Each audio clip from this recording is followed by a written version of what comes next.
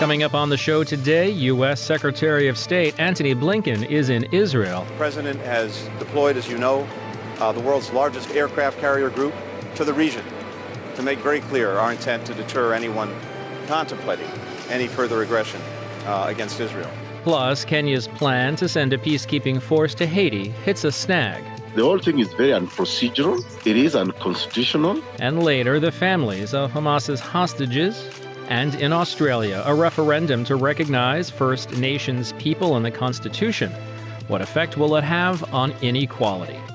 Today is Thursday, October 12th, and this is VOA's International Edition.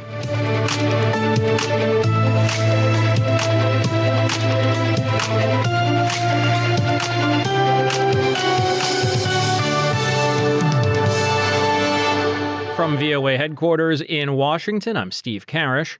We're on the ground amidst the devastation in Israel in a moment. First, though, Secretary of State Blinken is in Israel. He's there to send a strong message of solidarity and support as the country responds to cross-border attacks by Hamas, the bloodiest in Israel's 75-year history. Blinken is expected to meet with senior Israeli officials to inquire what else Israel needs as it seeks to free hostages held by Hamas, regain control of its border with Gaza, and to destroy Hamas's operational capacity. VOA's senior diplomatic correspondent Cindy Sain has the story. Residents of Kibbutz Masada in northern Israel took refuge in a shelter after a warning siren sounded twice. The Israeli army said it suspected an aerial infiltration from Lebanon into northern Israel, although it later said it had not identified any aerial intrusions from the north. More than 2,300 people in Israel and Gaza have been killed, with thousands of others injured, since Hamas militants launched brutal attacks on Saturday, prompting Israel to declare war and to form an emergency government. U.S. President Joe Biden reaffirmed that he and his national security team are working day and night on the conflict, and said he and Vice President Kamala Harris had spoken again Wednesday with Israeli Prime Minister Benjamin Netanyahu. And this moment, we have to be crystal clear. There is no justification for terrorism, no excuse, and the type of terrorism that was exhibited here is just beyond the pale, beyond the pale. As I said yesterday, my commitment to Israel's security and the safety of the Jewish people is unshakable. Biden dispatched his top diplomat, Secretary of State Antony Blinken, to Israel as a sign of solidarity. Before departing to the conflict region, Blinken had this to say to any country that might try to take advantage of the situation. The president has deployed, as you know, the world's largest aircraft carrier group to the region to make very clear our intent to deter anyone contemplating any further aggression against Israel. Blinken said that the U.S. is also focused on its own citizens, that 22 Americans have died, and that number could go up. The White House said 17 Americans were still missing, and the administration had no information on their condition. At the United Nations in New York, Secretary General Antonio Guterres said he is in constant contact with leaders in the Middle East and is worried about a spillover of the conflict in the region. I am concerned about the recent exchange of fire along the Blue Line and recent reported attacks from southern Lebanon. I appeal to all parties and those who have an influence over those parties to avoid any further escalation and spillover. Guterres also called for Hamas to release all Israeli hostages, emphasizing that civilians must always be protected and that international humanitarian law must be upheld. He said that about 220,000 Palestinians are now sheltered in 92 UN facilities across Gaza, and that UN premises and hospitals, schools, and clinics must never be targeted. Later Wednesday at the White House, Biden joined a roundtable with Jewish community leaders to express his condolences and his unwavering support for Israel following the Hamas terror attacks. Cindy Sain, VOA News. In addition to the ongoing diplomacy, VOA's Pentagon correspondent Carla Babb is reporting that an A-10 squadron of fighter planes has arrived in the Middle East from Arizona, and another squadron from Georgia that is already in the region will be staying longer than previously planned. The diplomatic responses and pledges of support are but one part of this multidimensional conflict, an important part to be sure, but one that often misses the day-to-day realities for the people who live in the area now ravaged by war. The death toll in the Israel-Hamas conflict continues to soar, with more than 2,300 people killed in Israel and Gaza, as bombs pummel Gaza and rockets still target Israel. And as VOA's Jan Boychat reports, the battles appear to be escalating. Right now, the Iron Dome here in southern Israel is hitting some missiles that were shot from Gaza. We can listen to the sound. It's very, very loud, and we can see it crossing the sky. I'm in Ashkelon right now, and the city is absolutely empty. Today, 2 rockets hit this city as the death toll on both sides of this conflict rises. About 7 kilometers from Gaza, ambulances stand by as bombs crash in and out. We can also hear gunfire, and Israeli soldiers are on edge. Some say Hamas will continue ground assaults. Bombs pound the Gaza Strip day and night, where 2 million civilians live. They have no way out, and people we spoke to today inside Gaza say humanitarian aid is not getting in. In the West Bank, Palestinian men from Gaza say they can also not go home because the war began while they were working outside the Gaza Strip. Some say when Hamas attacked Israel on Saturday, they knew it would be a disaster for their families. Now, in less than a week, more than 2,300 people are dead. Thousands more are injured. Hundreds are held hostage or missing, and the war continues to escalate. Jan Boychat, VOA News, Ashkelon, Israel, and the West Bank.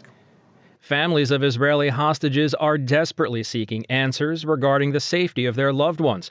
As Israel continues to pound the Gaza Strip, Heather Murdoch, VOA regional correspondent and Istanbul bureau chief, was on the ground outside of Jerusalem when she spoke with Kim Lewis about the desperate situation of civilians. For civilians in where I'm standing right now, the Israeli side, a lot of the southern Israel has been evacuated, and people who are still there are living mostly inside, sometimes underground if they can, and quite afraid and quite tense. I mean, there is just near constant battle. We just came from a bit further south, closer to Gaza, and there was fire from both sides that, I mean, we were there for an hour and it pretty much didn't stop. A lot of the fire from the Gaza Strip coming into Israel is caught by the Israeli Iron Dome, their famous air defense system, but not all of it. There were rockets that landed in a nearby city, Ashkelon, today, and the death toll continues to rise to more than 1,000 on both sides. So civilians are basically afraid and so angry. I've covered a lot of wars. I've been covering wars for 14 years now, and I have never been in a war where civilians were so angry at the civilians on the other side and using language of annihilation for their enemy. What are people saying about the hostage situation? The situation of hostages, Israeli hostages in Gaza has changed a bit today because there were about 150 known hostages or believed to be hostages yesterday. Now some of the people that were believed to be hostages are now confirmed dead. There was a man we spoke to yesterday whose niece was missing from a kibbutz right next to the border with Gaza, and she went missing, and her friend and neighbor was taken hostage and later was set free for no reason. And so they assumed the niece was with them, but actually they found her body when they uncovered many other Israeli bodies and the bodies of Hamas fighters in the kibbutz today.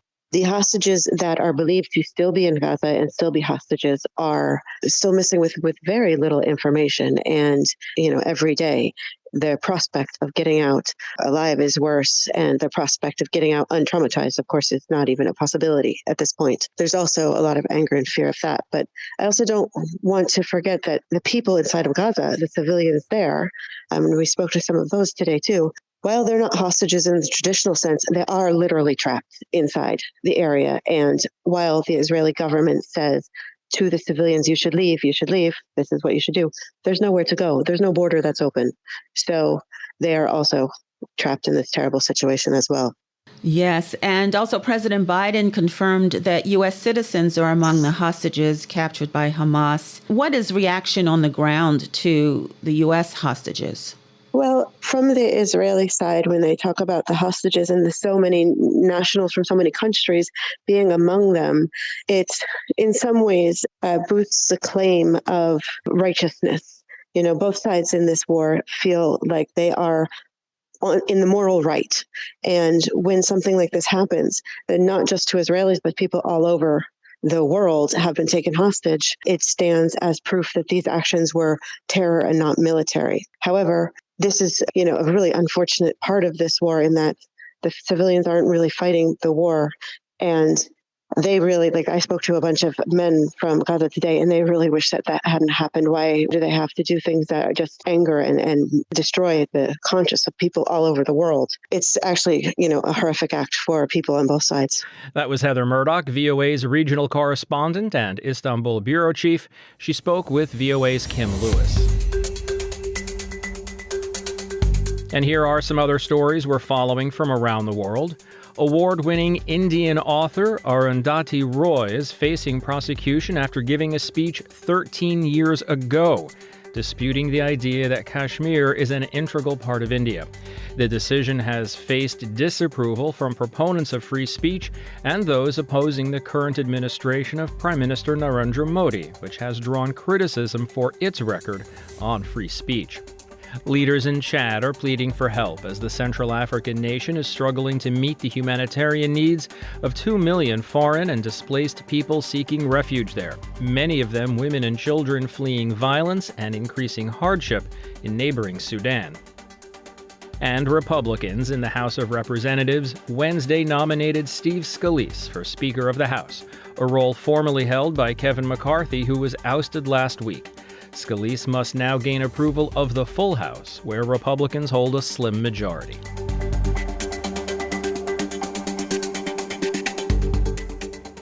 An update on a story we've been following here on International Edition.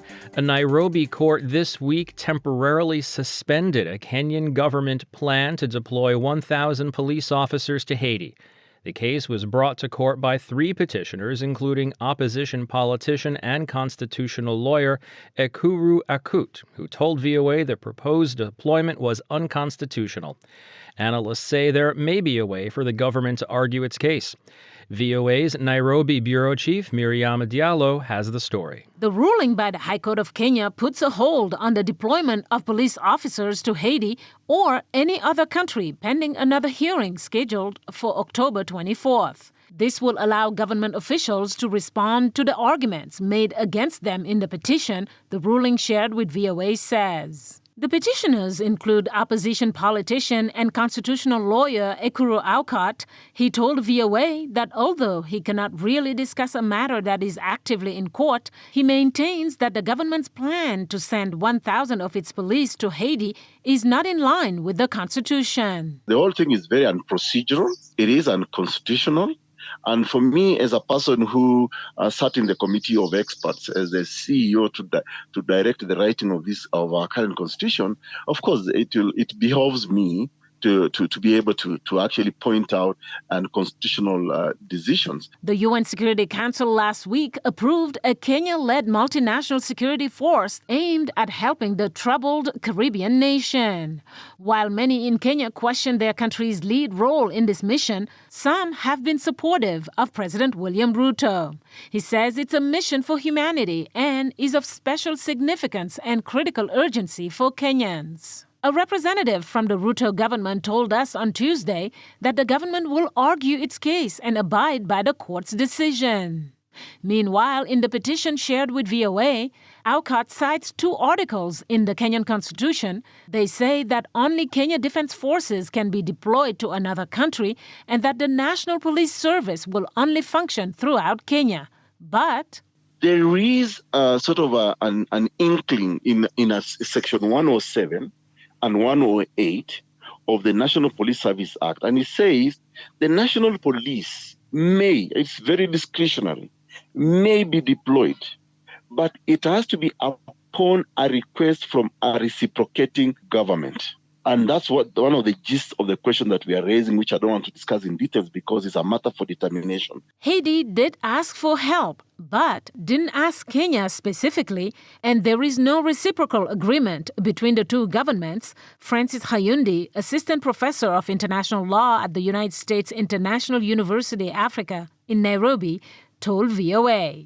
Hayundi says the court's decision is in line with the petitioner's argument on what processes had not been followed. For me, looking at the petition and looking at what the laws provide, it makes sense because as it is, procedure was not followed, or better yet, not all information is being given that would make us know why Kenya is getting involved. But Hayundi notes there may be a way for the government to make its case. Actually, there's provision for the police force to be deployed outside the country. However, this is a decision that has to be taken by the National Security Council, and it is informed by Article 240 of the Kenyan Constitution. So far, we have not heard of any decision being taken by the National Security Council to deploy the police. So I think that is where the issue is. He says the NSC is a body established by the Constitution that includes the President, his deputy, a few cabinet secretaries, the Attorney General, the Director General of the National Intelligence Service, and the Inspector General of the National Police Service. And so far, they've only mostly heard from the President and a few cabinet secretaries, making the case for deployment. Mariama Diallo, VOA News, Nairobi. From Washington, it's VOA's International Edition. I'm Steve Karish. Coming up, we'll hear about a referendum in Australia that seeks to change the lives of First Nations people. But will it really do what its advocates say it will? Now we're in Brussels, where Ukrainian President Volodymyr Zelenskyy has taken his pitch for more military aid directly to dozens of defense leaders.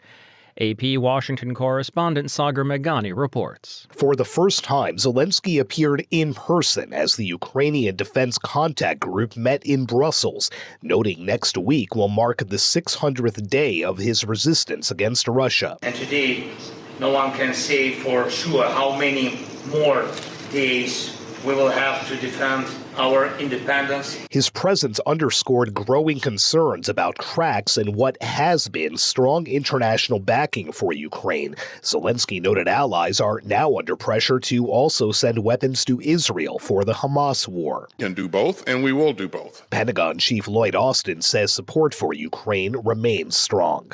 Sagar Meghani at the White House. And finally today, Australia will hold a referendum on Saturday recognizing First Nations people in the Constitution. The proposal would set up a powerful advisory body called the Indigenous Voice to help the federal parliament shape laws and policies. Critics of the move insist it would be divisive and have little to do with addressing disadvantage in Aboriginal communities. From Sydney, Phil Mercer reports. Will I grow up in a country that hears my voice? Will I live as long as other Australians? Will I get to go to a good school? Will I be able to learn my people's language? Australia's constitution doesn't recognise its original inhabitants. Supporters of reform want to change the nation's founding document to set up the Aboriginal and Torres Strait Islander voice. It would be a committee of First Nations Australians that would advise federal parliament to help to shape the laws and policies that affect disadvantaged communities. Indigenous people comprise just over 3% of the Australian population, but they suffer disproportionately high rates of ill health, poverty, unemployment and imprisonment, despite decades of policies costing many billions of dollars. On average, First Nations Australians live 8 years less than other groups. Some campaigners believe previous policies have been based on paternalism rather than partnership. Prime Minister Anthony Albanese says the voice would make a positive and practical difference to the lives of Australia's original inhabitants. However, the Yes campaign that Albanese has championed is behind in the opinion polls. But the Prime Minister told local media that he was confident of victory. It is certainly winnable. This is the right thing to do.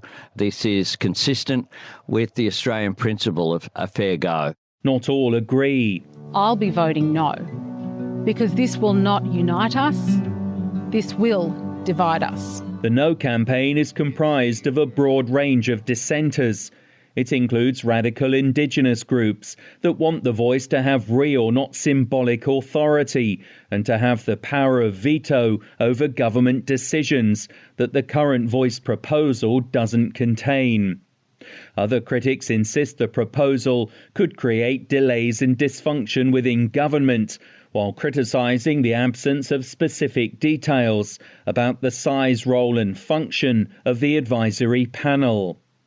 Some opponents say that by enshrining a permanent Aboriginal presence in the heart of government, there's a presumption Indigenous people will always be disadvantaged and need special treatment. Voting in Australia is compulsory. About 17 million people are registered to vote. Only 8 out of 44 referendums have been passed since 1901. The last referendum was held in November 1999. When Australians rejected the plan to sever their constitutional ties to the British monarchy and become a republic. Phil Mercer, VOA News, Sydney. And that's going to wrap it up for us today. This has been International Edition on the Voice of America. On behalf of everyone at VOA, thanks for joining us. For pictures, stories, videos, and more, follow VOA News on your favorite social media platform and online at voanews.com. Until next time, I'm Steve Karish in Washington. Stay safe and have a great day.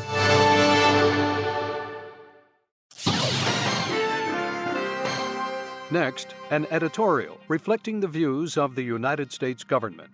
When the head of the Norwegian Nobel Committee recently announced the 2023 winner of the prestigious Peace Prize, Berit Reiss-Andersen uttered the slogan, "Woman, Life, Freedom," as she declared Iranian human rights defender Narges Mohammadi the winner. That slogan rang throughout the nationwide protests following the tragic death of Mahsa Amini in the custody of Iran's morality police in September 2022. Narges Mohammadi has stood up to the Iranian regime for decades, fighting for those principles on behalf of Iranian women and men, including religious minorities and political prisoners. And she has paid a heavy price. First arrested in 1998, Ms. Mohammadi has been repeatedly imprisoned. Currently, she is serving a lengthy sentence in Tehran's notorious Evin prison. In a statement, President Joe Biden congratulated Narges Mohammadi and spoke of her unshakable courage. She has endured repeated arrests, persecution, and torture at the hands of the Iranian regime, yet Ms. Mohammadi's advocacy and determination have only grown stronger, he said. The world still hears the clarion voice of Narges Mohammadi calling for freedom and equality. He urged Iran to release her and her fellow gender equality advocates from captivity. President Biden noted that the Nobel Peace Prize was awarded to Ms. Mohammadi the same week that horrifying reports emerged about Iran's so-called morality police assaulting 16-year-old Armita Garavand in Tehran for not wearing a hijab.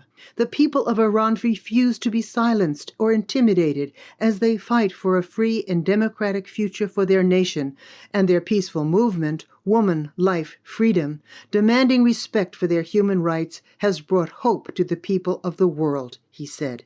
President Biden pointed out that the United States is leading a diplomatic initiative at the United Nations to highlight and promote accountability for the Iranian regime's abuses. The U.S. has also deployed anti-censorship tools to make it easier for Iranians to access the Internet and has sanctioned more than 100 Iranian individuals and entities responsible for supporting the regime's oppression. The United States, President Biden declared, will continue to stand with Ms. Mohammadi, with the brave people of Iran, and with all those around the world who are working with resilience and resolve to make our world more equal and more free. That was an editorial reflecting the views of the United States government.